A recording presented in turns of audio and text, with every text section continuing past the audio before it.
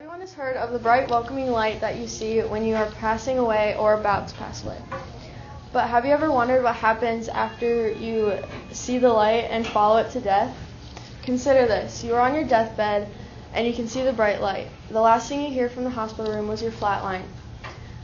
And you know that is it. You go towards the light, and then what? Do you go to heaven? Do you get reborn as a human or an animal? Or does nothing happen and do you just get buried in the ground and stay there forever? I think everyone wants to hear an answer to that question. So today I am here to tell you stories from people and their experience of life after death. I think a majority of the people in this room have seen the movie Heaven is for Real. And if you haven't, you should know it's about this 4-year-old boy named Colton who could likely die from his appendix bursting.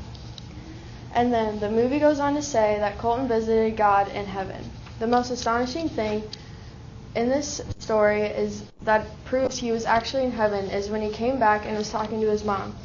He said that he met his little girl in heaven, and he said it was his other sister who died in your tummy, Mama. And Colton's mom was so shocked because she never told him about this miscarriage.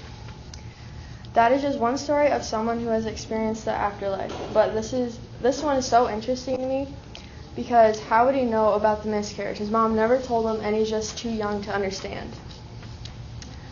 Anita Morhani was diagnosed with lymphoma in 2002. At only 85 pounds, she was losing her battle to cancer.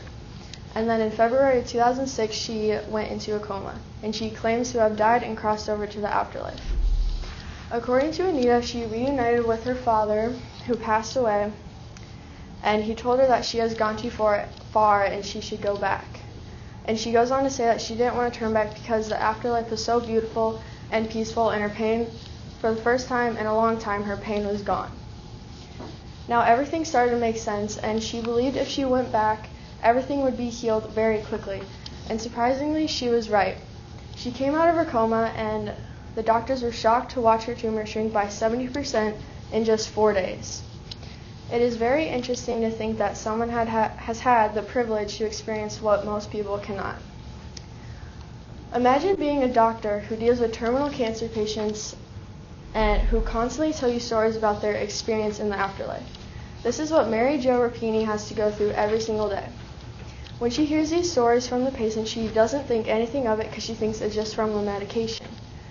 But Rapini can never understand because she's never experienced it until now. In April of 2003, Mary Jo was at the gym when she experienced an aneurysm. She remembers being rushed to the hospital and being in intensive care for 3 days. And then everything just got worse. The doctors were scrambling around her, and then suddenly she saw a light. It wasn't a normal light, it was different, she described. According to Rapini, she went into a tunnel and entered a beautiful room where God held her. He went on to explain the reasons she should go back and not stay with him. Then God asked her a really interesting question. Have you ever loved another the way you have been loved here? And Mary said, no, because I am human. And then he said, you can do better. Jeffrey Long, who has studied 1,300 afterlife stories and NDE experiences, explains that Rapini's stories mirrors nearly all of the stories he has studied. Long believes that even if you don't know about the afterlife, when you do have an afterlife experience, it will be similar to those who do believe. He even exclaimed that children have an identical experience to older children or even adults. I know that it is weird to think people have experienced what it's like to die and see the loved ones who have passed away or even God. To what God said to Mary Jo, have you ever loved another the way you have been loved here? That intrigues me. We never know what day will be our last. You could be eating your last meal, talking with your friends for the last time, seeing your family for the last time, and just living life for the last time. We never know when that day will come. So live your life to the fullest, take some risks, and say yes more than no.